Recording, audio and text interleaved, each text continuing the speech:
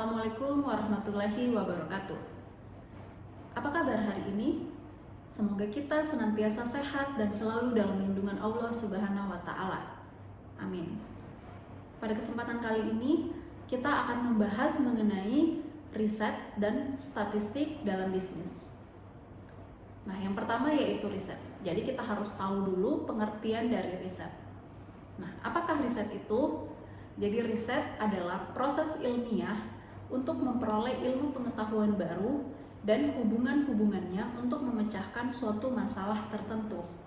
Nah, apa tujuan dari riset ini? Jadi riset ini bertujuan untuk membuat penjelasan, untuk menyusun proyeksi, dan untuk mengendalikan sebuah fenomena yang terjadi maupun yang akan terjadi di dalam suatu batasan tertentu. Nah, riset ini juga digunakan dalam penelitian produk maupun marketing atau pemasaran. Riset juga digunakan dalam peramalan atau forecasting. Nah, selanjutnya mengenai statistik. Jadi pengertian dari statistik. Statistik adalah ilmu yang bekerja dengan data angka atau kumpulan data, baik berupa bilangan atau non-bilangan yang disusun dalam tabel atau diagram yang melukiskan atau menggambarkan suatu persoalan tertentu. Jadi statistik ini digunakan atau dibuat untuk memudahkan orang lain dalam melihat hasil pemetaan, baik angka maupun bukan angka, baik bilangan ataupun bukan bilangan, untuk menghasilkan suatu kesimpulan tertentu. Nah, biasanya statistik ini misalnya contohnya seperti statistik pendidikan atau statistik kependudukan atau statistik produksi atau yang berhubungan dengan hal-hal lainnya. Nah, selanjutnya mengapa riset dan statistik itu penting dalam bisnis? Jadi membuat keputusan merupakan salah satu fungsi dari pimpinan manajemen. Nah, dasar dari pembuatan keputusan ini adalah riset dan statistik. Oleh sebab itu, riset dan statistik ini penting untuk selalu dijadikan acuan bagi seorang pimpinan dalam pengambilan atau pembuatan keputusan. Nah, apa itu pengambilan keputusan? Jadi pengambilan keputusan adalah proses memilih prosedur tertentu dari berbagai kemungkinan alternatif. Jadi ada banyak atau ada berbagai kemungkinan alternatif. Nah, tugas dari pimpinan sebagai pengambil keputusan ini adalah memilih salah satu atau salah dua prosedur yang dinilai paling efektif. Nah, pengambilan keputusan ini juga senantiasa berkaitan dengan sebuah problem yang ingin dicapai pemecahannya. Jadi ada suatu masalah yang hendak dicapai. Nah, pengambilan keputusan ini memiliki peran untuk menyelesaikan masalah tersebut. Nah, jadi secara harfiah dapat kita katakan bahwa pengambilan keputusan berarti memutuskan sesuatu untuk mencapai suatu kesimpulan. Nah, jadi pengambilan keputusan ini juga diklasifikasikan dalam 3 hal. Yang pertama yaitu keputusan strategis. Jadi keputusan strategis ini menyangkut keputusan top management atau top level management, di mana keputusan ini mencirikan ketidakpastian terutama yang berorientasi pada masa depan. Artinya ada hal-hal yang dikhawatirkan atau hal-hal yang akan diprediksi di masa depan. Nah, ini akan sangat bersinggungan langsung dengan keputusan strategis yang harus dilakukan oleh top manajemen. Nah, keputusan strategis ini juga berfungsi untuk sebagai tujuan akhir dari perusahaan. Jadi tujuan apa yang hendak dicapai oleh perusahaan. Nah, contohnya mengenai perluasan perusahaan, mengenai penentuan jalur-jalur produk dalam perusahaan. Nah, hal tersebut termasuk contoh dalam pembuatan keputusan strategis yang dilakukan oleh top manajemen. Selanjutnya yaitu keputusan taktis. Jadi keputusan taktis ini adalah implementasi dari keputusan strategis yang dibuat oleh top manajemen tadi. Jadi keputusan taktis ini seringkali berupa tindakan yang skalanya lebih kecil. Itu tetapi memiliki manfaat untuk jangka panjang. Jadi bila pengambilan keputusan secara taktis ini bersifat jangka pendek, maka keputusan strategis itu bersifat jangka panjang.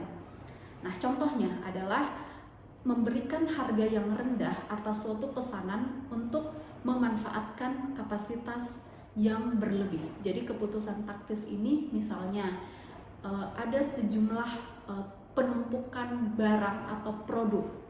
Nah, keputusan taktis adalah memberikan penurunan harga atau biasa kita kenal dengan istilah diskon atau pemotongan harga untuk mengurangi kapasitas berlebih tadi. Tetapi tentu saja keputusan taktis ini juga harus didukung oleh riset-riset dan secara statistik tadi bahwa tidak akan merugikan perusahaan. Selanjutnya yang ketiga yaitu keputusan teknis. Jadi keputusan teknis ini terkait dengan kegiatan rutin sehari-hari. Jadi yang berhubungan dengan pengendalian suatu kegiatan tertentu. Misal penentuan jam kerja, penentuan jam istirahat dan semacamnya. Selanjutnya yaitu metode penelitian ilmiah. Jadi dalam bisnis ini kita lazim menggunakan 3 metode untuk penelitian ilmiah. Yang pertama yaitu metode survei. Jadi metode survei ini yaitu mengumpulkan informasi dengan angket atau kuesioner. Nah, biasanya metode survei ini dilakukan pada bidang marketing atau pemasaran, di mana pihak marketing ini melakukan survei terhadap customernya, misalnya terhadap kepuasan customer terhadap produk yang dihasilkan. Selanjutnya yaitu metode observasi. Jadi metode observasi ini yaitu metode mengumpulkan data dengan cara turun langsung ke lapangan. Jadi meninjau secara langsung, melihat secara langsung apa yang terjadi di lapangan, apakah telah sesuai dengan apa yang kita harapkan. Selanjutnya yaitu metode eksperimen. Jadi metode eksperimen ini adalah mengumpulkan informasi dengan melihat dan membandingkan hasil kerja yang telah dilakukan. Contohnya saja, pihak marketing melakukan periklanan terhadap suatu produk.